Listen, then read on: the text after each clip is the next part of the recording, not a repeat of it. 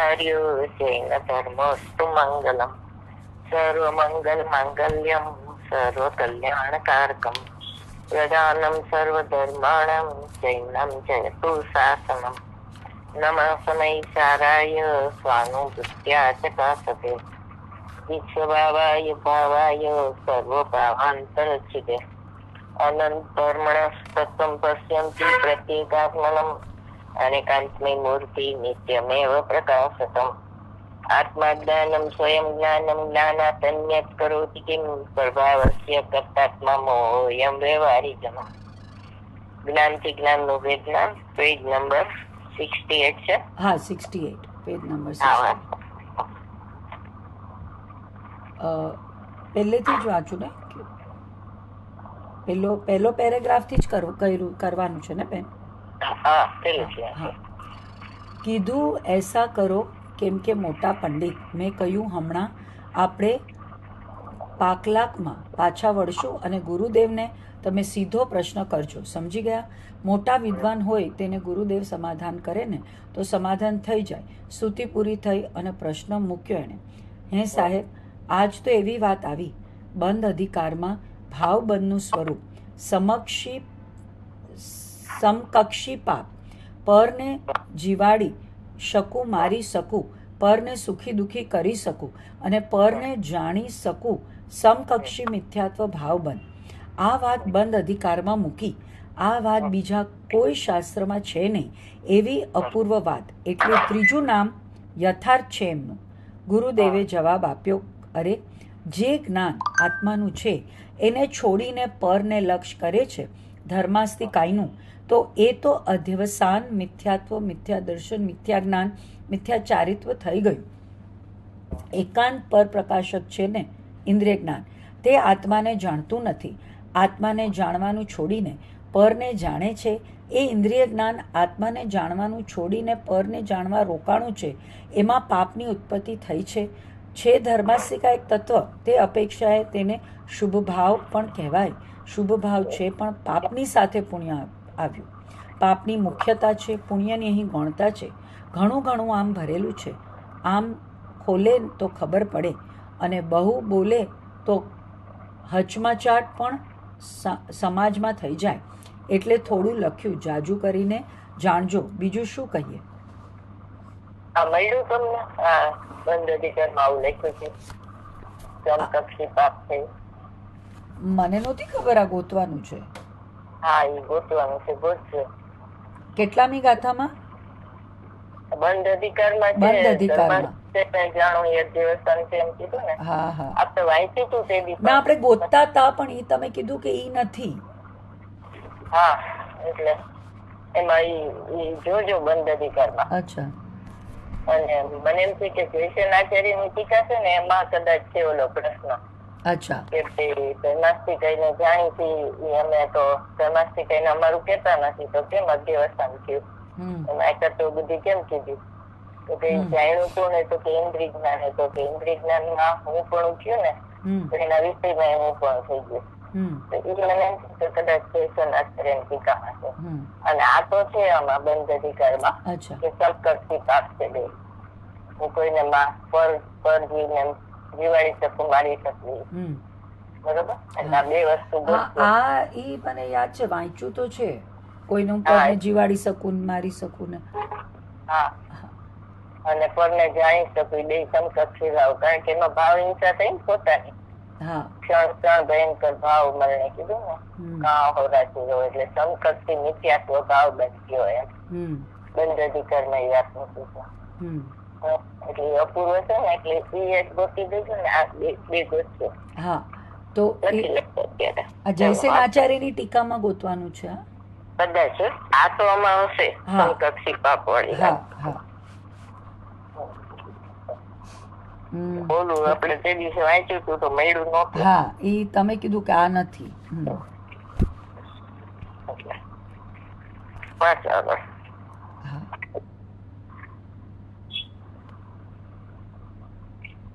એક સેકન્ડ. હા, આહા 6 દ્રવ્યનો પ્રતિભાસ છે અતિન્દ્રિય જ્ઞાનમાં. પ્રતિભાસ જુદી ચીજ છે ને લક્ષ જુદી ચીજ છે. આ તો લક્ષની મુખ્યતા છે, પ્રતિભાસની મુખ્યતા નથી. એ તો પરમાત્માને પણ 6 દ્રવ્યનો ધર્માસ્તિકાય આદિનો પ્રતિભાસ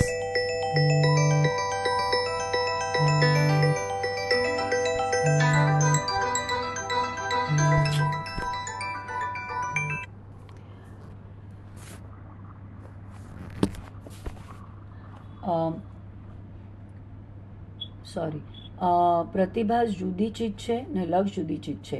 આ તો લક્ષની મુખ્યતા છે, પ્રતિભાસની મુખ્યતા નથી. એ તો પરમાત્માને પણ 6 દ્રવ્યોનો ધર્માસ્તિક આદિનો પ્રતિભાસ છે. એ હો પણ દોષ નથી, કેમ કે ઇન્દ્રિય જ્ઞાન એને જાણે છે. હું તો મારા આત્માને જાણું છું. આહા, જ્ઞાનની પર્યાય 1 ને ભાવ 2, પરલક્ષી જ્ઞાન ને સ્વલક્ષી જ્ઞાન. જેટલું પર સત્તાવલંબી જ્ઞાન છે એ બંધનું કારણ છે. આ રહસ્યપૂર્ણ ચિઠ્ઠીમાં લખ્યું છે કે જ્ઞાની છે ને ઇન્દ્રિય જ્ઞાનને પોતાનું જ્ઞાન માનતા નથી, કારણ કે એ પર સત્તાવલંબી જ્ઞાન છે ને એ બંધનું કારણ છે. બરોબર. અને જ્ઞાનની પર્યાયના 3 સ્વભાવ કીધા હતા. ક્યાં? જ્ઞાનની પર્યાયનું 3 સ્વભાવ. જ્ઞાનત્વ ઈ વાળું. હા, બોલો. જ્ઞાન, જ્ઞેય ને જ્ઞાનત્વ ના આવે, ભૂલી ગયા. જ્ઞાતા જ્ઞાન ને જ્ઞેયમાં આવે એવું. હા, જ્ઞાનની પર્યાય જેને જાણે તેને તન્મય થઈને જાણે. 3 શબ્દ પૂછ્યા. 3 શબ્દ જ્ઞાનની. એક જ્ઞાનત્વ આવ્યો, બીજા 2 ક્યાં? જ્ઞાનત્વ, પ્રતિભાસ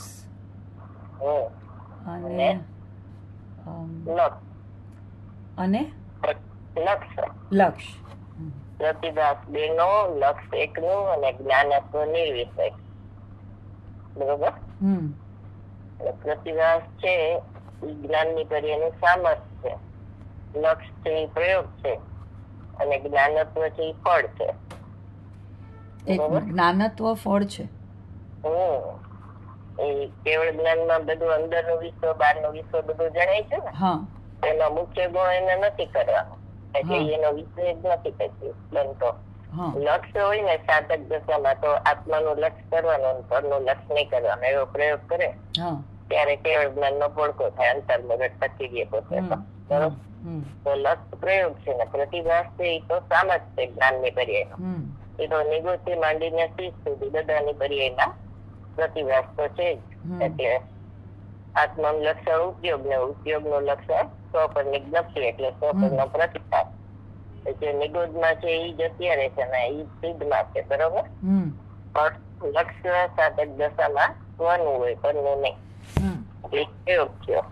અને કેવળ જ્ઞાન થાય ત્યારે તો ધર્માસ્તિકાય જણાય એનો પ્રતિભાસ છે, એટલે તો એને કઈ દોષ નથી, કારણ કે નિર્વિષય થઈ ગયો. એટલે 32મી ગાથા છે ને પ્રવચન સામે એમ કીધું કે કેવળ જ્ઞાન થાય તો કઈ આકારાંતર જ્ઞાન થતું નથી. એટલે ઉપયોગમાં સ્વપરનો પ્રતિભાસ હતો ને એનો આવિર્ભાવ કેવળ જ્ઞાનમાં. તો જ્ઞાન તો કઈ કર્યું જે દેખાતું એ દેખાણું એમ. પરલક્ષી જ્ઞાન છે એ ઇન્દ્રિય જ્ઞાન. આત્માને જાણ્યા વગર પરનું લક્ષ કરે તો એ ઇન્દ્રિય જ્ઞાન છે. અને સાધક ને 2 જ્ઞાન છે, પરલક્ષી જ્ઞાન ને સ્વલક્ષી જ્ઞાન. ઉપયોગાત્મક પણ નિર્વિકલ્પ દશામાં ભગવાન આત્માને જાણે છે, અને સ્વવિકલ્પ દશામાં ઉપયોગાત્મક પણ પરને જાણે છે. બરોબર. પરિણતિ ચાલુ રહે છે નિષ્ફળ પ્રકાશક. એટલે એ સાધક છે એમ કે નિર્વિકલ્પ દશામાંથી સ્વવિકલ્પ આવી ગયો તો મિથ્યા દ્રષ્ટિ થઈ ગયો એમ નથી. હું જ્ઞાયક છું એવું શ્રદ્ધા, જ્ઞાન અને એની રમણતા ચાલુ છે નિરંતર, દિવસ રાત બધા. બરોબર. એટલે જ્ઞાનની પર્યાયના પછી 2 ભાગ પડી જાય, અનુભવ થાય ને ત્યાં. ચાલો. ધર્માસ્તિકાયનો જે ગુણ છે ગતિ હેતુત્વ, અધર્માસ્તિકાયનો ગુણ સ્થિતિ હેતુત્વ, આકાશનો ગુણ છે અવગાન હેતુત્વ, અને જીવનો ગુણ છે ઉપયોગ લક્ષણ. પૂતગલની વાત તો આવી ગઈ. તો એ બધા જે ગુણો છે કહે છે કે એના ગુણને જે જાણે છે તે ઇન્દ્રિય જ્ઞાન એટલે મન જાણે છે. એ એમ કહેતા નથી કે તું મને જાણ. સિદ્ધ ભગવાનના 8 ગુણ કહેતા નથી કે તું મને જાણ. ધર્માસ્તિકાયનો ગુણ છે એ કહેતું નથી કે તું મને જાણ. કાળ દ્રવ્ય કહેતું નથી કે તું મને જાણ. એનો ધર્મ ગુણ એમ કહેતો નથી. પછી દ્રવ્યની વાત આવશે. પછી અંદરમાં એક ગુણ છે તેની વાત ચાલે છે. એ ગુણ એમ કહેતો નથી કે તું મને જાણ. અને આત્મા પણ પોતાના સ્વભાવને જાણવાનું છોડી જાણનારનું જાણવું છોડી અને આત્માનું જ્ઞાન સોય તો ખેંચાઈને ચુંબક પાષાણ તરફ જાય છે. પણ આ આત્માનું જ્ઞાન પરદ્રવ્યમાં ખેંચાતું નથી, પોતાનું સ્થાન છોડતું નથી ને પરભાવમાં જતું નથી. આહા. ધર્માસ્તિકયનો જે ગુણ ગતિ હતું તો અધર્માસ્તિકયનો ગુણ સ્થિતિ હતું તો આકાશનો ગુણ અવગાન હતું તો અને જીવનો ગુણ ઉપેક્ષ. પૂતગલની વાત તો આવી ગઈ છે. ક્યારે આવી પૂતગલની વાત? આ પરલક્ષી જ્ઞાન થયું એટલે પૂતગલની વાત થઈ ગઈ. હા, એ બધું પરલક્ષી જ્ઞાન છે. હા, પૂતગલની વાત ક્યારે આવી? ઉપરમાં કે ને ઇન્દ્રિય મન કહેતું નથી કે તું મન જાણ. આ મનની વાત ચાલે છે ને કે આંખ કહેતી નથી કે તું મને, એટલે બોલો ચોખ્ખી વાત. એટલે જે પૂતગલની વાત કઈ રીતે આવી ઈ કયો. જે પૂતગલને જ્ઞાન જાણે એને પૂતગલ કીધું એમ ક્યાં પૂછ્યું હતું? આમાં એમ લખ્યું કે પૂતગલની વાત આવી ગઈ. ઈ ક્યારે આવી એમ મારું પૂછ્યું. આગળના પ્રવચનમાં આવ્યું હશે. 6 દ્રવ્ય પ્રતિભાસ થાય છે તેમાં પૂતગલ તો આવી ગયું ને. 6 દ્રવ્ય અલગથી 5 લીધા અને પૂતગલની વાત આવી ગઈ એમ કીધું તો કેવી રીતે આવી એમ મારું પૂછ્યું છે.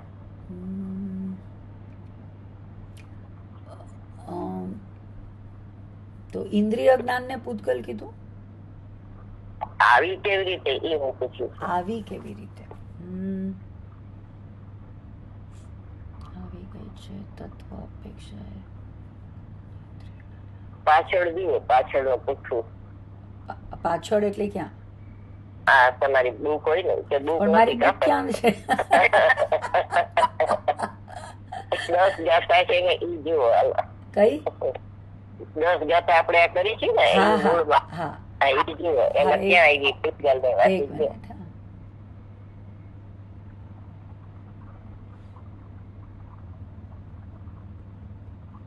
આની બહુ ઉપાધિ છે. આમ ફટ દઈને પેજ ખુલે નહીં, ઉપર નીચે જવું પડે. હા, સૌથી પહેલું જ છે રે પૂતગલો બહુવિધ નિંદા સ્તુતિ વચનો રૂપ પરિણમે, તેને સુણી મુજને કહ્યું ગળી રોષ તોષ જીવો કરે. તો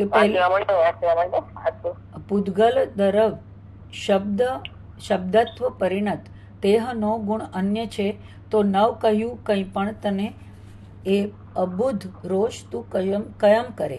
શુભ ને અશુભ જે શબ્દ તે તું સુણ મને ન તને કહે ને જીવ પણ ગ્રહવા ન જાય. કર્ણ ગોચર શબ્દને શુભ કે અશુભ કે જે રૂપ તે તું જો મને ન તને કહે ને જીવ પણ ગ્રહવા ન જાય. ચક્ષુ ગોચર રૂપને અશુભ કે અશુભ જે ગંધ તે તું સૂંઘ મુજને નવ કહે ને જીવ પણ ગ્રહવા ન જાય. ધ્રાણ ગોચર ગંધને શુભ કે અશુભ રસ જેહ તે તું ચાખ મુજને નવ કહે ને જીવ પણ ગ્રહવા ન જાય. રસન ગોચર રસ કરે શુભ કે અશુભ જે સ્પર્શ તે તું સ્પર્શ મુજને નવ કહે ને જીવ પણ ગ્રહવા ન જાય. કાય ગોચર સ્પર્શને શુભ કે અશુભ જે ગુણ તે તું જાણ મુજને નવ કહે ને જીવ પણ ગ્રહવા ન જાય. બુદ્ધિ ગોચર ગુણને શુભ કે અશુભ જે દ્રવ્ય તે તું જાણ મુજને નવ કહે ને જીવ પણ ગ્રહવા ન જાય. બુદ્ધિ ગોચર દ્રવ્યને આ જાણીને પણ મૂઢ જીવ પામે નહીં ઉપશમ. અરે શિવ બુદ્ધિને પામે નહીં એ પર ગ્રહણ કરવા ચહે. ચાલો આમાં કયો પૂતગલની વાત ક્યાં આવી? તો બધે તો આવી. પૂતગલ પહેલું તો પૂતગલ શબ્દ આવ્યું કે પૂતગલો બધેમાં તો આવી. 10 માં જો કારણ કે અહીંયા કયું ઇન્દ્રિય જ્ઞાન શુભ કે અશુભ જે રૂપ છે તો ઈ તો પૂતગલ છે ને રૂપની રૂપ ઈ તો પૂતગલનો ગુણ છે તો ઈ મને ક્યાં કહે છે કે તું જો પછી અહીંયા આવ્યું કે બધા જે રૂપી પદાર્થની જે વાત કરી પછી ભાષા છે તો શબ્દ બી તો ભાષા વર્ગણા છે તો ઈ પણ પૂતગલ છે પછી જે કર્ણેન્દ્રિયનો વિષય છે એ ભાષા છે એ પૂતગલ છે પછી સૂંઘવાનું છે તો એ પણ પૂતગલની પર્યાય છે કારણ કે ગંધ છે સ્પર્શ રસ ગંધ વર્ણ બધું પૂતગલની પર્યાય ના લક્ષણ છે તો એ બધા લક્ષણ પૂતગલના જ થયા ને તો એટલે પૂતગલની વાત બધી આવી ને એમાં એમ 10 પછી જે આ છેલ્લું ખાલી છે મનનું એ બી આમ તો જળ મન હોય પણ એને સ્પર્શ રસ ગંધ વર્ણ વગરનું છે તો એને પૂતગલ ન કહેવું હોય તો ન કહેવાય કોને મનને બુદ્ધિ ગોચરની વાત કરી ને 381 તો એમ નહીં પૂતગલમાં તો આ સ્પર્શ રસ ગંધ વાળું છે ને કે એની બધી વાત આવી બરોબર હા અને પછી બુદ્ધિના વિષયમાં બાકીના 5 દ્રવ્યની વાત આવી હા તો આટલે 379 સુધી પૂતગલની વાત કરી એમ ભાઈએ હા હા અને હવે જે ગુણની વાત આવી ને એમાં 5 દ્રવ્યના ગુણ લે છે હા તો પૂતગલની વાત ક્યાં આવી તો તમારે આ કહેવાનું હતું કે 373 થી 379 સુધી બરોબર હા એટલે એમ મગજમાં રહેવું જોઈએ કે આ 5 વસ્તુ આ બધી આટલી ગાથા છે ને એ પૂતગલ ની જતી હવે 2 આવશે ને એના દ્રવ્ય ગુણ કરીએ 380 ને 381 અને પછી બુદ્ધિ નો વિષય અને ઓલો 5 ઇન્દ્રિય નો વિષય એ બધું ભાવેન્દ્રિય માં ગયું બરોબર દ્રવ્યેન્દ્રિય ભાવેન્દ્રિય ને એના વિષયોમાં અને આ બધું એના વિષય છે 6 દ્રવ્ય છે ને એ ત્યાં વાત કરે છે ને એ સ્પષ્ટ રાખવાનું ગુણ ની વાત આવી ને તો મન છે ને એ અરૂપી દ્રવ્ય ને જાણે રૂપી ને ન જાણે મન બેન એક સેકન્ડ એટલે રૂપી ને ઇન્દ્રિય જ્ઞાન છે ને એ રૂપી ને ન જાણે એક મિનિટ ન કરે હા બરોબર એટલે જે બુદ્ધિ ગોચર કીધું ને એમાં અરૂપી 5 દ્રવ્ય આવ્યા હા બરોબર ઈ જે તમારો પ્રવચન ના વિશેષ જ્ઞાન અધિકાર છે ને એમાં સિદ્ધ કર્યું છે એ જે 5 ઇન્દ્રિય ના વિષય જે બને છે ને એમાં 4 બધા ગુણ હોય સ્પર્શ રસ ગંધ ને વર્ણ બરોબર અને જે કર્ણ ગોચર કીધું ભાષા છે ને એ પર્યાય છે બરોબર અને એ પર્યાય કેવી રીતે છે એ એમાં સિદ્ધ કર્યું બધામાં એટલે આજે 379 સુધી જે વાત આવી ને એમાં ભાઈએ કીધું કે એ પૂતગલ ની વાત આવી ગઈ હવે આપણે આ બાકીના 5 દ્રવ્ય ની વાત જે બુદ્ધિ ગોચર વિષય છે ને મનનો એ અરૂપી વિષય અરૂપી ના વિષય કરે તો ધર્માસ્તી અરૂપી અધર્માસ્તી અરૂપી આકાશ રૂપી બરોબર જીવ અરૂપી અને કાળ દ્રવ્ય અરૂપી બધા અરૂપી છે એ મનનો વિષય છે બરોબર એટલે આમાં પ્રશ્ન પૂછીને એનો જવાબ સ્પષ્ટ આવવો જોઈએ આગલા પ્રવચનમાં આવ્યું એમ નહીં મૂળ જે ગાથા હોય યાદ રાખવાની અને એમાં આટલા વિષય આવ્યા ને એના ઉપરના પ્રવચન હતા ગુરુદેવ ના રાઈટ બરોબર ચાલો વાંચો આગળ પૂતગલની વાત આવી ગઈ પછી શું વાંચો આગળ પૂતગલની વાત તો આવી ગઈ તો એ બધા જે ગુણો છે કહે છે કે એના ગુણોને જે જાણે છે તે ઇન્દ્રિય જ્ઞાન મન જાણે છે એટલે બીજા 5 અરૂપી જે દ્રવ્ય છે એના ગુણોને ઇન્દ્રિય જ્ઞાન જાણે છે એમ મન બુદ્ધિ નો વિષય છે અહીંયા ગુણ એટલે પર્યાય લઈ લેવાનો બરાબર પર્યાય થી જ ખબર પડે ને ગતિ હતું તો એ પર્યાય છે સ્થિતિ હતું તો એ પર્યાય છે પર્યાય થી દ્રવ્ય ની ખબર પડે ઉપયોગ લક્ષણ છે એ પર્યાય છે બરોબર અને દ્રવ્ય લ્યો એમાં ગુણ ભેદ આવી જશે પછી બીજી ગાથા દ્રવ્ય ની લેશે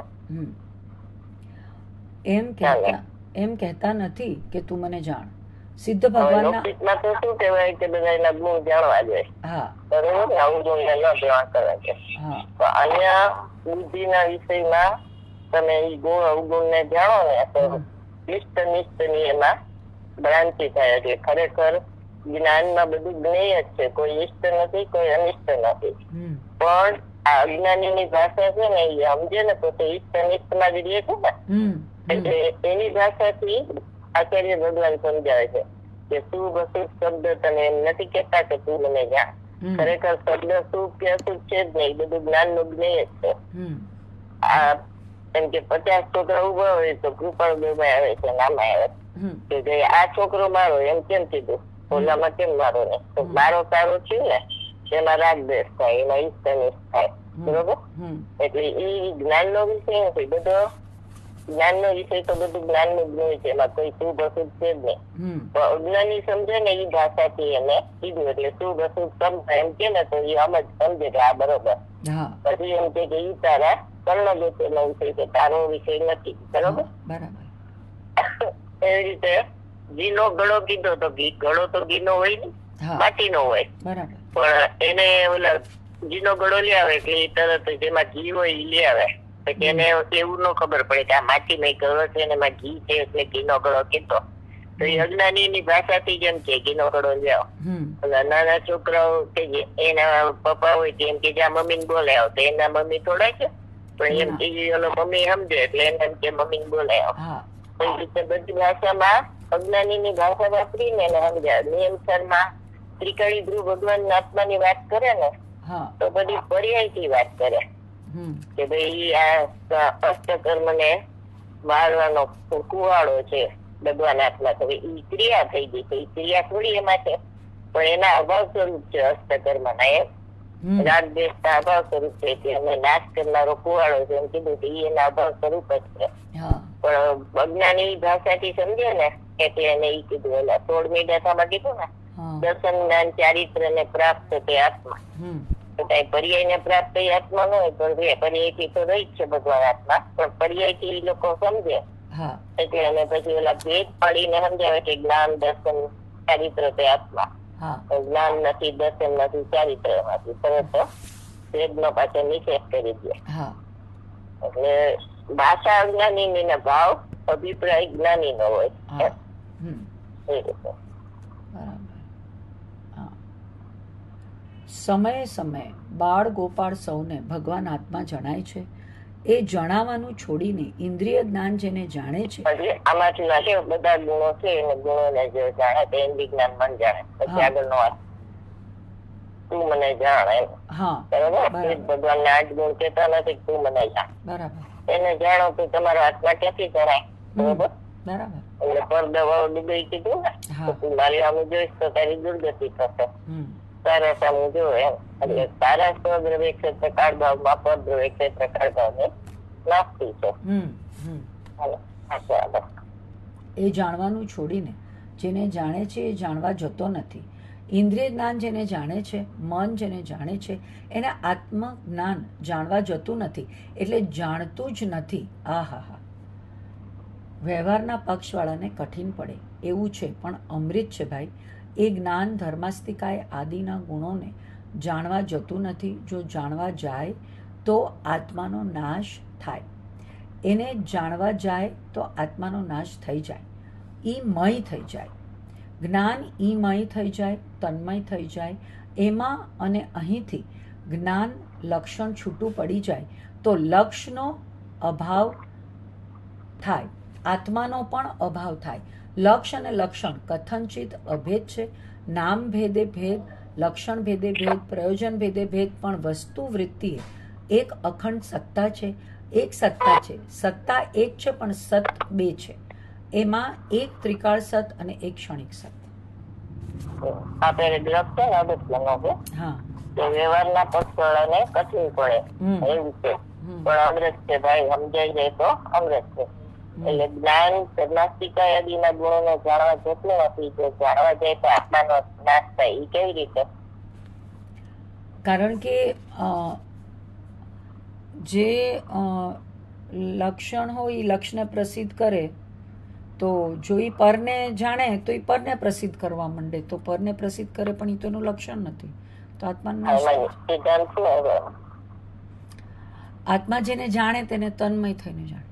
હા, તો એ પરમાં તન્મય થઈ ગયું એને આત્માનો ન જણાવો એટલે એના જ્ઞાનમાંથી આત્મા નીકળી ગયો ને એટલે એમ કીધું આત્માનો નાશ થાય. આત્માનો નાશ તો થાય નહીં, બરોબર, પણ જ્ઞાનમાં ઈ જ્ઞેય ન થયું ને પરદ્રવ્ય જ્ઞેય થયું ને એટલે એમ કીધું આત્માનો નાશ થઈ ગયો. અને જ્ઞાનમાં પર જ્ઞેય તો જ્ઞાનનો નાશ થઈ જાય. ઈ કેવી રીતે? કારણ કે જ્ઞાન તો એ પોતાને જ પ્રસિદ્ધ કરે ને, પોતાને જાણે તો એને જ્ઞાનને પોતાનો સ્વભાવ છોડીને જો બીજાને જાણવા જાય તો જ્ઞાનનો નાશ થઈ જાય. પોતાને એટલે પોતાના જ્ઞાન સ્વરૂપને છોડી અને એ જો પર વસ્તુને જાણવા જાય, એમાં જો એ જણાવવા માંડે પર વસ્તુ, તો પોતાનો આત્મા જણાવવાનો બંધ થઈ જાય, તો પછી પોતાનો નાશ થઈ જાય. હા, તો એનો સિદ્ધાંત શું? એનો સિદ્ધાંત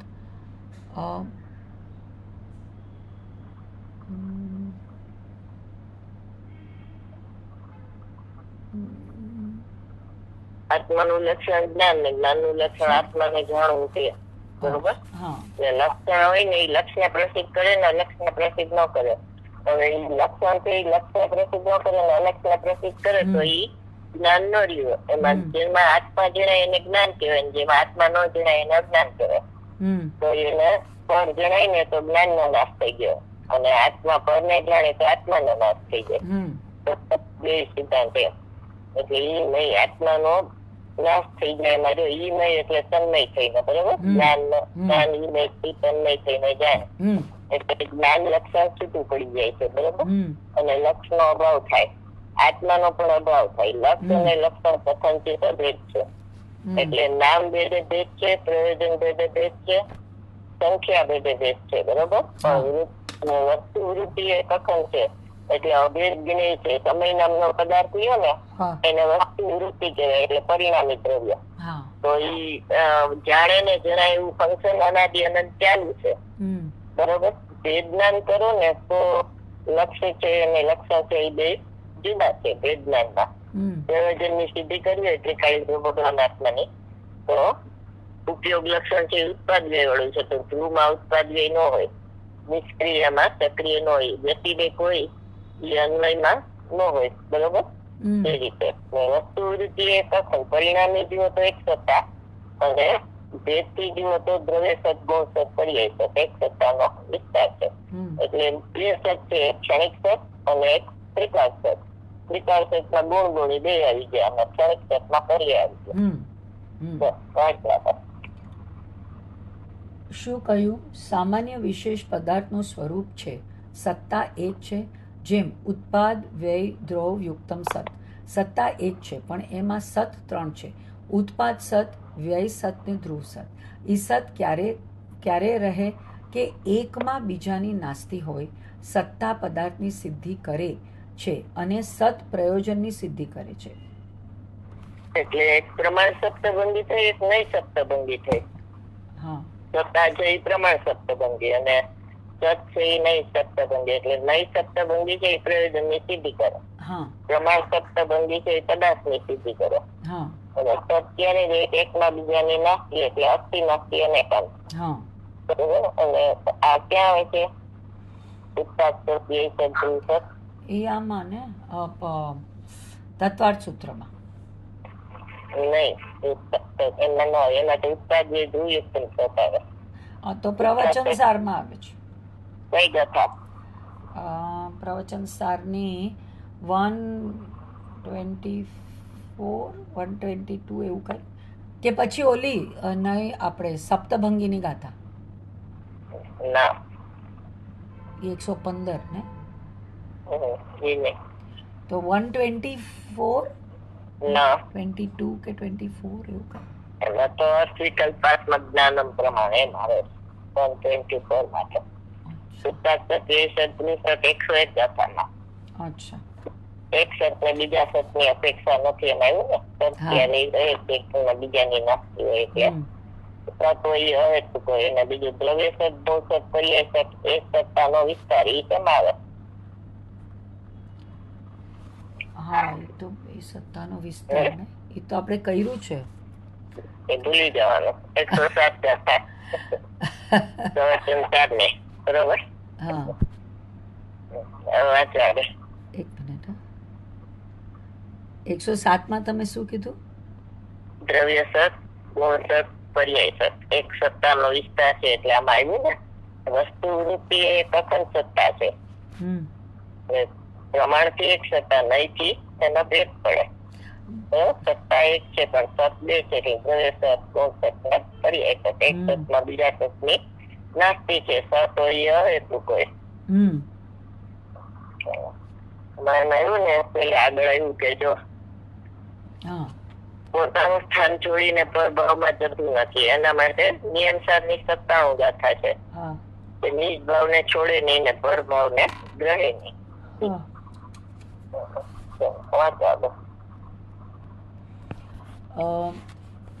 સત્તા પદાર્થની સિદ્ધિ કરે છે અને સત પ્રયોજનની સિદ્ધિ કરે છે. ઘણા લોકો પ્રશ્ન કરે છે મને કે ઉત્પાદ વય ધ્રુવ યુક્તમ સત એક સત્તા છે ને 3 કટકા કાં કરો? આહા ભાઈ, દ્રવ્ય અપેક્ષાએ એ એક સત્તા છે, પ્રમાણ અપેક્ષાએ એક સત્તા છે, એની કાંઈ ના નથી. તત્વાર્થ સૂત્ર અહીં અમારા શિર ઉપર છે. આહા, ઉમા સ્વામી ભગવાન પૂજનિક છે, ભાવલિંગી સંત હતા, નિકટવર્તી હતા. અલ્પકાળમાં તો મોક્ષ એમનો થવાનો છે. કોઈ એક અવતારી ને કોઈ એકાદ ભવ જુદી વાત છે. આહા, સત્તા એક છે, ઉત્પાદ વય ધ્રુવ યુક્તમ સતની અપેક્ષાએ, પદાર્થની અપેક્ષાએ, પણ એ ઉપાદેય તત્વ નથી, પરિણામી ઉપાદેય તત્વ નથી, પરિણામી તત્વ ઉપાદેય નથી.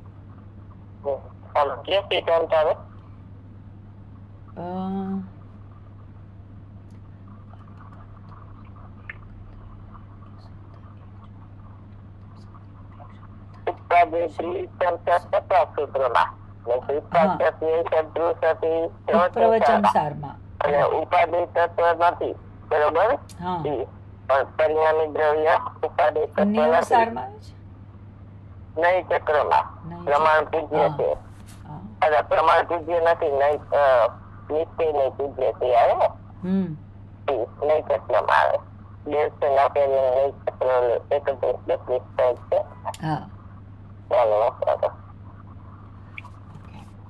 આહા, એ પર્યાય સાપેક્ષ દ્રવ્ય થયું. અહીંયા તો એમાં ભેદ જ્ઞાન કરવાનું છે કે ઉત્પાદ વ્યયનો મારામાં અભાવ છે ને, હું તો ધ્રુવ સ્વરૂપ છું. ત્યારે બે સત થઈ જાય, એક સામાન્ય સત ને એક વિશેષ સત. સામાન્ય સતમાં વિશેષ સતનો અભાવ છે એવું અસ્તિ નાસ્તિ અનેકાન ભેદ જ્ઞાન પરક છે. મુંબઈમાં બહુ ચર્ચા ચાલી, પછી એક દ્રષ્ટાંત આપ્યું. હવે આવું ચાલતું નથી, આવું ક્યાંક ક્યાંક ચાલ્યા કરે. એટલે નિશ્ચયની પૂજ્ય છે એના માટે શું ન્યાય આપ્યો? ભેદ જ્ઞાન કરવાનું છે એટલે કે ઉત્પાદ વય ધ્રુવ યુક્તમ સતની અપેક્ષા પદાની ઉપાદેય તત્વ નથી એટલે નિશ્ચય નહીં પૂજ્ય છે. એ ઉપાદેય છે. ઉપાદેય તત્વ તો પરિણામી નથી એમ કીધું. પરિણામી તત્વ ઉપાદેય નથી, નિશ્ચય નહીં ઉપાદેય છે. એના માટે શું ન્યાય આપ્યો?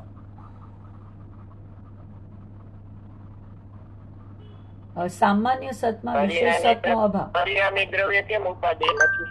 કારણ કે એ ઉત્પાદ વય ધ્રુવ વાળો છે. એમને એનો ન્યાય સમજો. પરિણામી દ્રવ્ય સાપેક્ષ છે, પર્યાય સાપેક્ષ. હા, એમાં વ્યવહારનો નિષેધ ન આવે. હા, અને નિશ્ચય નહીં છે ને એમાં વ્યવહારનો નિષેધ આવે. અભેદ ને અનુચ્ચાર જેનો વિષય છે એમાં આવ્યું ને ઉપનેજી રહી છે એટલે એ પૂજ્ય છે. જેવું વસ્તુનું સ્વરૂપ છે ને એવું બતાવે નિશ્ચય. બાકી અનુભવ કરાવી પછી ચાલી જાય એટલે એ પૂજ્ય છે. અને આ પ્રમાણ સાપેક્ષ હોય ને એટલે દ્રવ્ય પર્યાય બે આવે પ્રમાણમાં. નિશ્ચય ને કરતા એનો વિષય મોટો પણ એ વ્યવહારનો નિષેધ નથી કરતો એટલે એ પૂજ્ય નથી. અને નિશ્ચય નહીં છે વ્યવહારનો નિષેધ કરે તો માટે એ પૂજ્ય છે.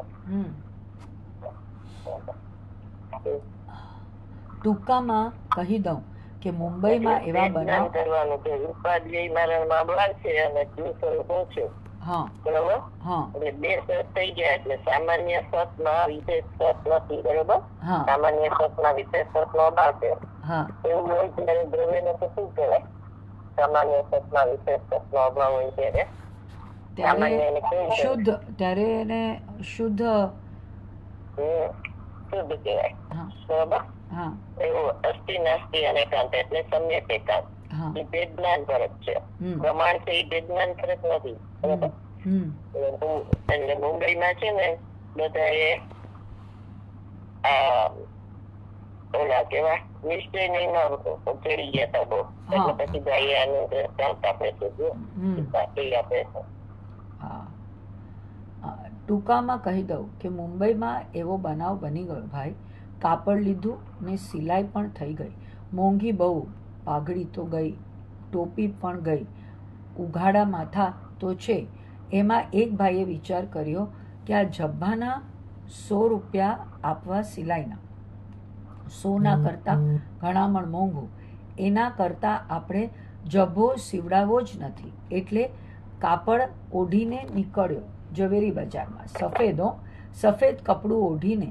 એકલું ઓળખીતા મળે ને કે ભાઈ શું થયું, કોણ મરી ગયું, કોણ ગુજરી ગયું. ભાઈ ભારે થઈ કહે આ તો કોઈ ગુજરી ગયું નથી. ત્યાં આગળ વધ્યા તો બીજા ભાઈ મળ્યા કે ભાઈ ક્યારે જવું છે સ્મશાને, સ્મશાન યાત્રા કોની છે ને ક્યારે જવું છે? તો તે કહે સ્મશાન યાત્રા કોઈની નથી. તો પછી ત્યારે તમે આ શું ઓઢ્યું છે? એણે વિચાર કર્યો કે આ ચાલે એવું નથી, સિલાઈના 100 રૂપિયા ખર્ચવા પડશે. ગયા દરજી પાસે, દરજીને કહ્યું કે કપડું બતાવ્યું. એણે લીધી કાતર. હા, આ કાપવું નથી. દરજીએ કહ્યું જો કાપીશ નહીં તો જબ્બો નહીં થાય. આ પહેલાં કાપીશ અને પછી સાંધીશ, અને એવું સાંધીશ કે ક્યાંય એક સાંધો દેખાશે નહીં. સાંધો તો સાંધો રહેશે પણ સાંધો દેખાશે નહીં એવું સાંધીશ. હું તો કહે ભલે એમ કરો. કાતર લગાવી પ્રથમ કાપ્યું ને પછી સીવ્યું, કાપ્યું અને સીવ્યું. રહિતપૂર્વક સહિત થયું. પહેલા પ્રમાણના દ્રવ્યમાં પ્રયોજનની સિદ્ધિ કરવી હોય તો જે પ્રમાણમાંથી નિશ્ચય કાઢે એ જીન વચનમાં કુશળ. એટલે એને ભેદ પાડ્યો દ્રવ્ય સત પર્યાય સતનો. અને પછી જેવો ત્રિકાળી ભગવાન આત્મા આનંદ મૂર્તિને જોયું એટલે આનંદ આવ્યો એટલે અભેદાત્મા થઈ ગયો. એટલે ભેદ હોવા છતાં ભેદ દેખાતો નથી, અભેદને જોતા ભેદ દેખાતો નથી. એનું નામ કાપ્યું. પણ પછી સીવું એવું કે શાંત ન દેખાણે એમ વાંચવા. બસ તેમ ઉત્પાદ વય ધ્રુવ યુક્તમ સતના 2 કટકા કર્યા નય વિભાગથી, અને પછી અભેદ થઈને અનુભવ કર્યો. આહા, અભેદ થયું પર્યાયથી, અને એવું અભેદ થયું કે ભેદ રહી જાય ને ભેદ દેખાય નહીં એવું અભેદ થયું. આહા, એ પર્યાયના ષટકારક પર્યાયમાં છે. કર્તા, કર્મ આદિ ને દ્રવ્યમાં નિષ્ક્રિય ષટકારક પણ છે. પણ એ પર્યાયના ષટકારક એમાં જ્યારે સંકેલો કરે છે ત્યારે એ પર્યાય અભિમુખ થાય છે. આત્મામાં ત્યારે પર્યાયના ષટકારકના ભેદ દેખાતા નથી. અભેદ એક વસ્તુ અનુભવના કાળમાં. આહા, એવું છે ભાઈ. બેન, આ તો બહુ સારું કીધું કે આ તો બહુ સારું કીધું કે અભેદ થયું પર્યાયથી ને એવું અનુભવ થયું કે ભેદ રહી જાય ને ભેદ દેખાય નહીં.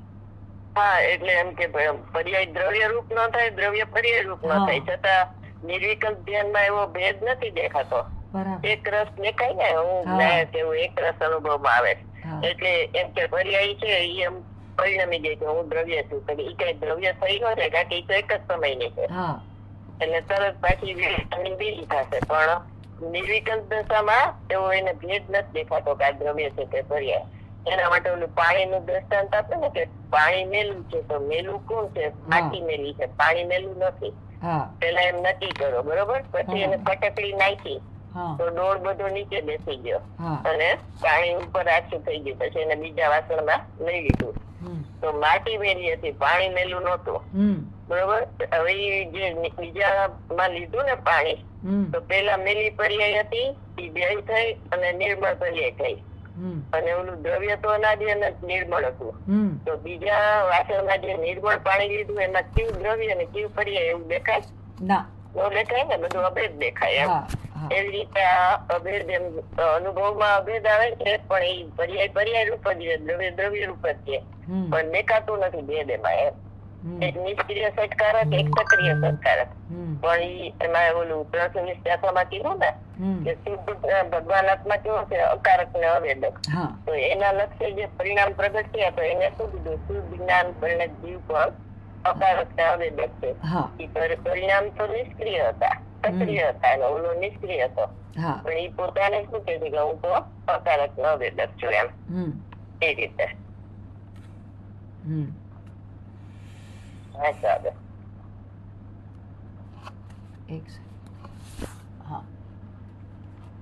ટાઈમ થઈ જાય એટલે કહેજો. હા, હજી છે, થોડો બાકી છે. વાત છે ને? હા, હજી 15 મિનિટ બાકી છે.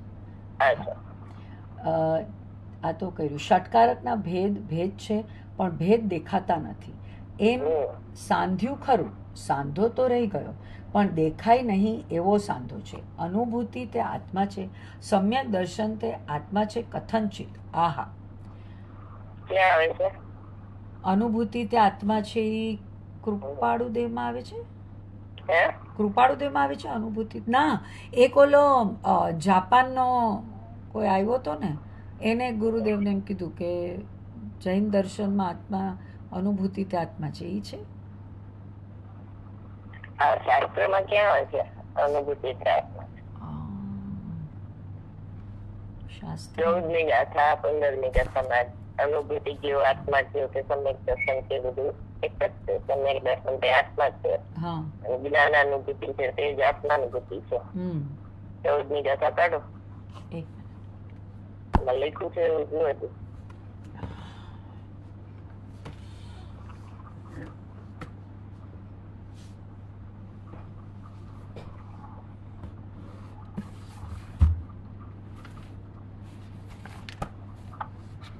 સમ્યક દર્શન ની ગાથા, 15મી છે સમ્યક જ્ઞાન ની ગાથા.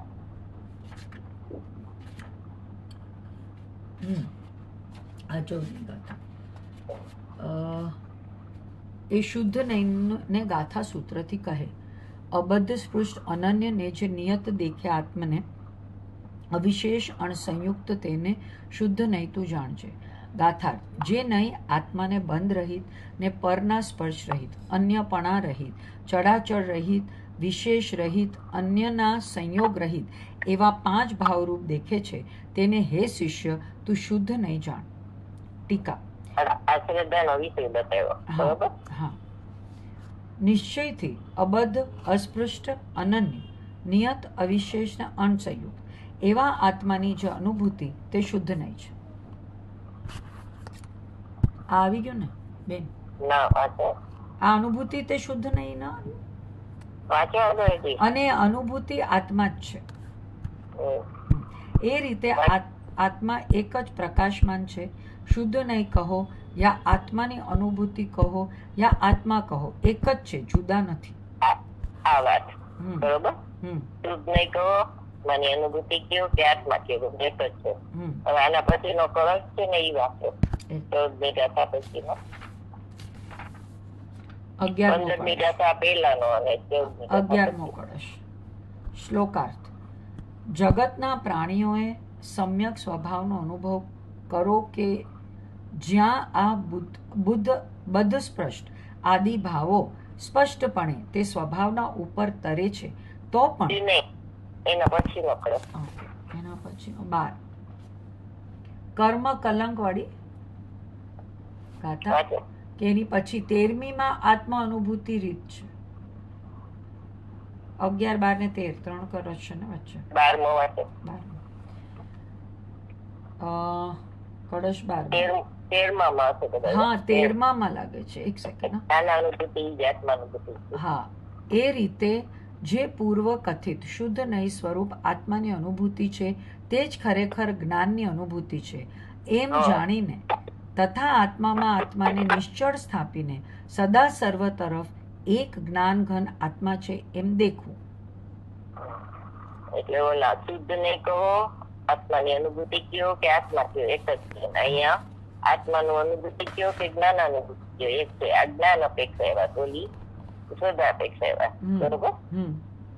એટલે આ બે યાદ રાખજો. ચાલો વાંચો આગળ. જેને લક્ષ હોય એને જ જાણે અતિન્દ્રિય જ્ઞાનનું લક્ષ. પણ એ પર્યાય અડે એવી અડે ન્યાય. એક મિનિટ, અમે છોડી દીધું કઈ વચ્ચે? આ પાનું ફરી ગયું કે શું? ક્યાં છે? ઓકે ઓકે, હા હા, પાછું અડાથી પાનું ફરે. પણ એ પર્યાય અડે છે તે એવી અડે છે કે ઉત્પાદ ધ્રુવ ન થાય ને ધ્રુવ ઉત્પાદ ન થાય ને ધ્રુવ કે ઉત્પાદનો ભેદ પણ દેખાય નહીં એવી અનુભૂતિના કાળની સ્થિતિ હોય છે. એટલે ભેદનું લક્ષ છૂટી જાય છે અને અભેદ આત્મા અનુભવમાં આવે છે. અભેદ દ્વારા અભેદ અનુભવમાં આવે છે. અભેદ દ્વારા અભેદના લક્ષ્ય જૂના અભેદના લક્ષ્ય એક નવું અભેદ થઈ જાય છે અને એને સમ્યક દર્શન જ્ઞાન ચારિત્રાણી મોક્ષ માર્ગ કહેવામાં આવે છે કે જૂનું અભેદ ત્રિકાળ. બોલો, જૂનું અભેદ કોણ ને નવું અભેદ કોણ? જૂનું અભેદ તો જે સ્વભાવ છે આત્માનો એ અભેદ, પણ એ અનુભવમાં નથી આવતો, પણ અભેદ તો છે જ પહેલા પણ. એ જૂનું અભેદ. અને જ્યારે અનુભૂતિ થાય ત્યારે આત્મા અભેદ થઈને જ જણાય, એટલે એ નવું અભેદ. એટલે ધ્યેય પૂર્વક ધ્યેય છે એ અનાદિ અનંત અભેદ છે અને ધ્યેય પૂર્વક જ્ઞેય થાય નવું અભેદ છે. બરોબર? એટલે એક પર્યાયથી રહિત છે ને એક પર્યાયથી સહિત છે. પર્યાયથી રહિત એ પણ અભેદ એ અનાદિ અનંત અને પર્યાયથી સહિત છે એ સાદી અનંત. બરોબર? અભેદ ને જોતા ભેદ દેખાતો નથી. એના 3 દાખલા બોલો. અભેદ ને જોતા ભેદ દેખાતો નથી, એના 3 દાખલા. એક આ આવ્યો, હજી બીજા 2 કઈ છે? જૂનું અભેદ ને નવું અભેદ એવા 2 ભેદ ન દેખાય. એક આત્મા દેખાય ભેદ. બરોબર? એવી રીતે બીજા કયો ભેદ દેખાતો ભૂલી ગયા? ગુણભેદ ને ગુણી ને જોવો ને તો ગુણભેદ નો દેખાય અને જ્ઞેય ને જુઓ ને તો પર્યાય ભેદ નો દેખાય. તો ઈ આ એક અભેદમાં જ નો આવી ગયું? આ અભેદ છે એ તો પરિણામી દ્રવ્ય થયું. ધ્યેય પૂર્વક નહીં કીધું, અપરિણામી. તમે છે ને પ્રમાણ નું દ્રવ્ય જુઓ ને તો એમાં પર્યાય નો ભેદ ન જાય. જૈન દર્શન છે ને એ પર્યાય અલગ થી નથી જોતી, એટલે પ્રમાણ ના દ્રવ્ય ની વાત થઈ. એમાં તમારી જે પર્યાય છે ને એ તમારો આત્મા જેમ કે શુભ પરિણમતા શુભ, અશુભે પરિણમતા અશુભ, શુભે પરિણમતા શુભ એમ કીધું ને. જૈન દર્શન છે એમાં પર્યાય ને અલગ થી જોવાની વ્યવસ્થા નથી. બરોબર? તો એ પર્યાયમાં 2 લેવાનું, ગુણભેદ અને પર્યાય ભેદ 2 લેવાનું. ગુણ ને પર્યાય કહેવાય. તો તમે ત્રિકાળી ભગવાન આત્મા ને જુઓ ને, તેમાં જ્ઞાન દર્શન ચારિત્ર એવું ઓળખાણ કરાવી તમને, પણ એને પર્યાય ને અલગ થી નહીં જોવાની, અભેદ જ જોવાનો. જ્ઞાન નથી, દર્શન નથી, ચારિત્ર નથી. આત્મામાં કીધું ને એમાં ગુણભેદ ઉપર નજર પડે તો તમને ગુણી નહીં દેખાય. એટલે ગુણી ને જોવા હોય તો ગુણભેદ નહીં જોવાનો. અને ધ્યેય પૂર્વક જ્ઞેય થયું તો એમાં પર્યાય ભેદ નથી. સમ્યક દર્શન કયો, આત્મા કયો કે શુદ્ધ નહીં કયો કે આત્માની અનુભૂતિ કયો કે આત્મા કયો કે સમ્યક દર્શન કયો. હવે સમ્યક દર્શન ને અલગ નો કે અહીંયા. સમ્યક દર્શન એ આત્મા જ છે, પર્યાય નહીં. અને જો તમે એને ભેદ થી જુઓ ને તો એ પરદ્રવ્ય થઈ ગયું, પર સ્વભાવ થઈ ગયો, એ થઈ ગયું. કેવળ જ્ઞાન ની પર્યાય જુઓ ભેદ થી તો એ પરદ્રવ્ય પર સ્વભાવ ને એ થઈ જાય. અભેદ જુઓ તો એ આત્મા છે. એમ ગુણસ્થાનમાં જે કીધું ને કે પરદ્રવ્ય છે બધા 13 ગુણસ્થાન, તો એનો અર્થ ભેદ થી તમે જુઓ ને તેમાં કર્મ ની અપેક્ષા. અભેદ નિર્મળ પર્યાય થી અભેદ જુઓ તો એ આત્મા જ છે. બરોબર? એટલે ધ્યેયમાં ગુણભેદ નહીં જોવાના, જ્ઞેયમાં પર્યાય ભેદ નહીં જોવાના, અને ધ્યેય પૂર્વક જ્ઞેય થાય એમાં નવું અભેદ ને જૂનું અભેદ એમ નહીં જોવાનું. આ 3 ભેદ યાદ રાખવાના અભેદના. આવી નીચે જ આવ્યું. હા. અભેદ તેમાં ગુણભેદ નથી. અનુભૂતિના કાળે પર્યાયભેદ હોવા છતાં પર્યાયભેદ દેખાતો નથી. આહા, એવી વસ્તુ સ્થિતિ છે. હા, ઓલામાં તો અભેદ અભેદ જ લીધું છે, જૂનું નવું અભેદ. હા. ચાલો પાછળ. હવે કહે છે કે એ ગુણ કહેતા નથી કે તું મને જાણ, અને આત્મા પણ પોતાને જાણવાનું છોડી ને બુદ્ધિના વિષયમાં આવેલા જ્ઞાનનો વિષય નથી. ધર્માસ્તિકાય એના ગુણો પર્યાયો કે બહારના પદાર્થના સિદ્ધ ભગવાનના ગુણો કે જ્ઞાનનો વિષય એક શુદ્ધ આત્મા જ છે.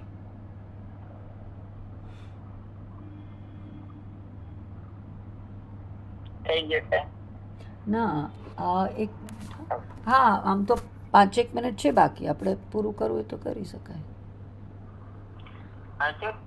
હા, તો આ વાંચ્યું ને. હવે કહે છે કે એ ગુણ કહેતા નથી કે તું મને જાણ, અને આત્મા પણ પોતાને જાણવાનું છોડીને બુદ્ધિના વિષયમાં આવેલા જ્ઞાનનો વિષય નથી. ધર્માસ્તિકાય એના ગુણો પર્યાયો કે બહારના પદાર્થના સિદ્ધ ભગવાનના ગુણો એ જ્ઞાનનો વિષય એક શુદ્ધ આત્મા જ છે. જેને લક્ષ હોય એને જ જાણે. અતિન્દ્રિય જ્ઞાનનું લક્ષ નથી. જ્ઞાનીનું લક્ષ તો આત્મા ઉપર લાગી ગયું છે, એને એ જાણે છે. અને સિદ્ધ ભગવાન ઉપર લક્ષ નથી, માટે એને જાણતા નથી. પણ છતાં સ્વ પર પ્રકાશની અપેક્ષાએ, પ્રતિભાસની અપેક્ષાએ લોકાલોકને જાણે છે, એમ ઉપચારથી કહેવામાં આવે છે.